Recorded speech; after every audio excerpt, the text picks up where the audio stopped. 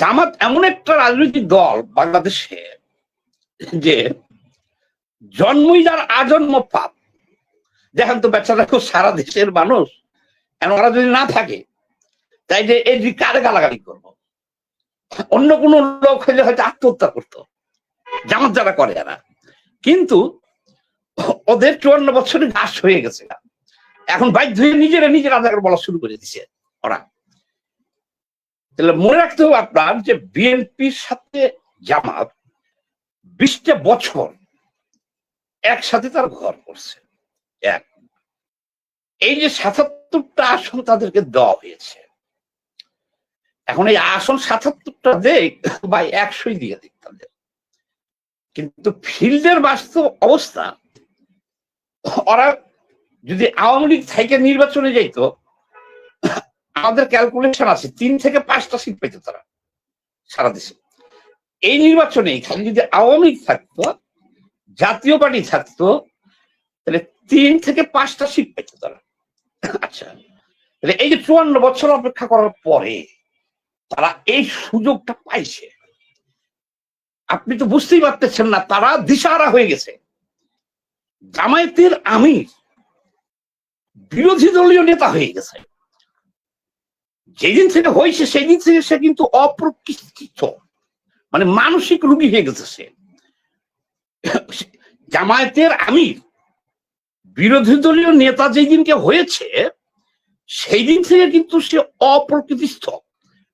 ওনাকে বিশেষ চিকিৎসার জন্য জামায়াতের সুরাই মজলিসের বৈঠকে কিন্তু ঈদের আগের দিন আলোচনা হয়েছে। সে এখন এমন এমন কাজ করতেছে, মানে টোটাল সে ওই দিনকে বলে এক জায়গাতে ইফতারিটা 2 দিন আগে, ইফতারির পরে সে পাঞ্জাবি খুলে নাচছে। ওই ভিডিওটা এখনো পাইতেছি না, আমি চেষ্টা করতেছি। ওই ইফতারি করতেছে, ওখানেই নাচছে। সামাদ ভাই, আমি একটা ভিডিও দেখাই, আমি আপনার কথার সাথে মিল আছে, একটা ভিডিও আমি দেখাই, তারপর একটু বললেন প্লিজ। দেখেন দেখি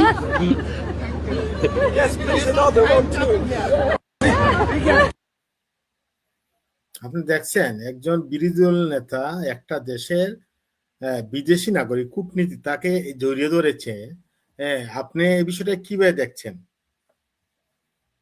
না না না, এটা তো ওনার কোনো দোষ নাই।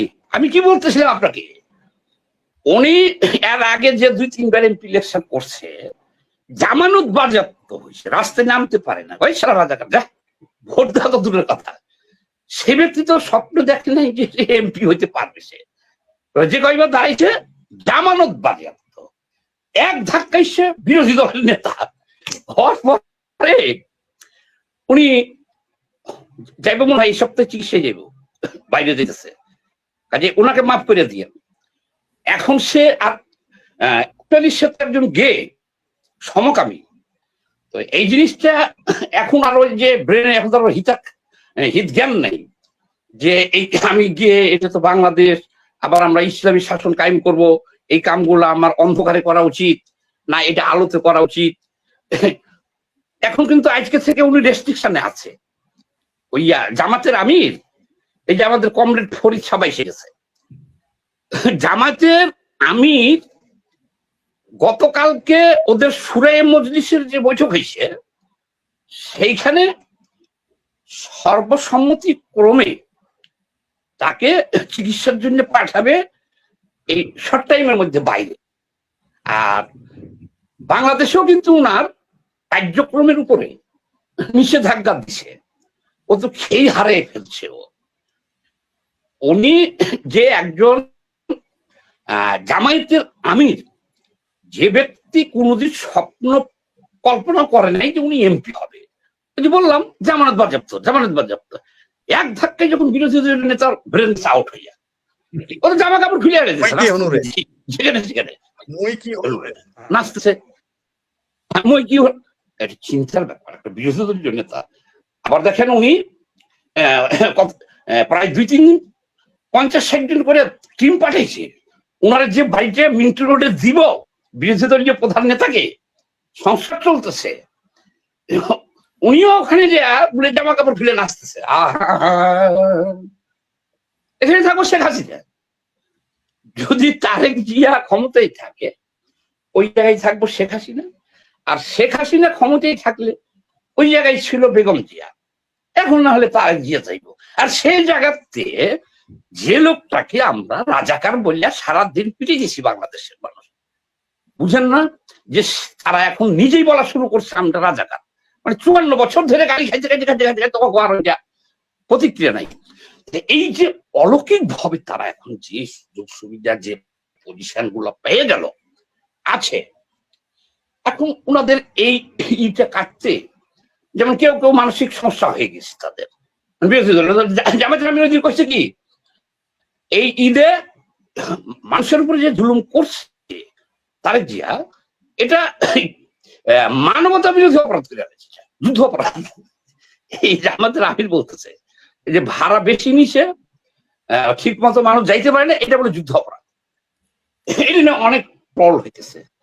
এই জন্য আমি অনেক ঘাটাঘাটি করার পরে দেখলাম জামাতের আমির একলা না, জামাত এবং এনসিপি এরা তো মনে করেন যে এনসিপি তো 6টা ছেলে আছে ওদেরই যায়, কিন্তু এদের যে ওরা যে এমপি দায়িত্ব কর্তব্য কি, উনি যে বিরোধী দলীয় নেতা একজন, শেখ হাসিনা থাকতো সেখানে একটা বিরোধী দল হইলে সেটা পাইছে।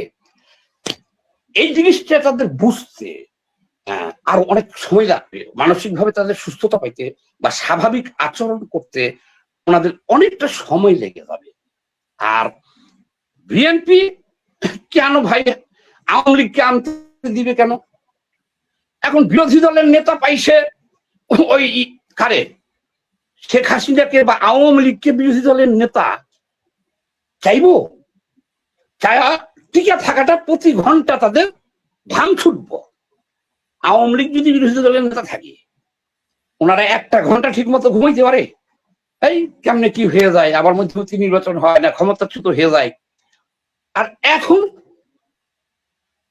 এনসিপি আর এদেরকে দেখা তারা কি এটা জানে যে কোনো মুহূর্তে শফিক সাহেব, আমি এটা শুনছি অন্য বাইদা ভাই, যে উনি যদি হঠাৎ করে উলঙ্গ হয়ে যেতে পারে সংসদ ভবনে। এটা এটা অনেকে আলোচনা করতেছে যে আগামী যে সংসদ ওনাকে ওনাদের যারা মোটামুটি মানে সমঝে চলে এদেরকে বলছে যে ওর আশেপাশে থাইকো, আবার এই কাম না করে যে বিরোধী দলীয় নেতা বক্তব্য দিতে যে জামা কাপড় খুলে আবার ওই কাউরে ধরে বসে ওখানে, ওইদিকে এক বিদেশি বেটাকে ধরে বসছে, খাপ করে ধরে বসছে। আমি হাই হাই, এটা কি? আপনারা নিশ্চয়ই ভিডিওটা দেখছেন। আচ্ছা, কোন সুস্থ মানুষ এই কাজটা করতে পারে? ওই একটা না, উনি দেখেন উনি তো একজন শিশুকামী, যাই হোক শিশুদেরকে পাইলে উনি নিজেকে কন্ট্রোল করতে পারে না, ধরে বসে চুমারটা কি দেয়। ও মনে করে মানুষ তো এটা বুঝবে না, আমি আদর করতেছি, ছোট মানুষ, গালে চুমা দেয়, হাতে চুমা দেয়, আবার ধরে রাখে। তো এইটা সমকামী যারা, গিয়ে যারা, এরা নিজেকে কন্ট্রোল করতে পারে না। তাহলে উনি বুঝছে যে আমি এটা করলে শিশু আদর করে দিলাম, বুঝবে না হয়তো। কিন্তু এখন এই খেয়ে হারানোর পরে ওনার কাছে আশেপাশে আমাদের মতন লোক বা আপনাদের মতন লোক সবাই আতঙ্কে আছে, কেউ কিন্তু এখন হাত মিলাতে চায় না। কথাটা মনে রাখেন, কাছাকাছি যে হাত মিলাতে চান, দূর থেকে সালাম দেয়। আর ওই দিনই আমরা করছি দেখছেন যে একটা বিদেশিকে কিভাবে ধরে বসে, কিন্তু উনি একজন চুলদারি পাকা মুরব্বী, পাঞ্জাবি পরা এমপি, সকল মিডিয়া আছে, সৎ লোকের শাসন, ইসলাম কায়েম করতে চাইতেছে। ওখানে নারীদের সাথে কি আচরণ করছে দেখছেন? ও তো নারীকে পারলে ধরে বসতো ওখানে, ক্যামেরা না থাকলে যা করছে ওখানে। তো এটা হলো কথা হলো কি, যে তারেক জিয়া এখন চুপ কেন? উনি মজা লইতেছে। তারা কি ভাই চাবে বলেন যে এই পাগল ছাগল এরই ছাড়লি, তারা যে একটু ঢিল দিলে জুতায় মেয়ে পিড়ে এক সপ্তাহের মধ্যে কি করবো জানেন আপনি?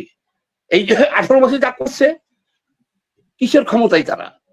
খালি তারেক জিয়ারে বাপ যে কদিন ডাকবে এই শফিকেরা, ইনুসেরা কইবেন যে ও তো, ওরা তো বাপ ডাকবে না, কারণ ওরা তো বলতেছে, শফিক বলছে যে এই ঈদেও যুদ্ধ অপরাধ করে ফেলছে তারেক জিয়া। হ্যাঁ, ঠিক মতো লোক যাইতে পারে না, এটা মানবতা বিরোধী অপরাধ। আরে ভাই প্রতিদিন রাইতে আব্বা ডাকে তারেক জিয়ারে বহুতবার, ওরা প্রতিদিন রাইতে। তার কারণ কি জানেন? তারেক জিয়া খালি নিউট্রাল থাকবো, এক পিটাইয়া যে কোনো জায়গাতে খালি পিটাইবাদ দৌড়াইবো।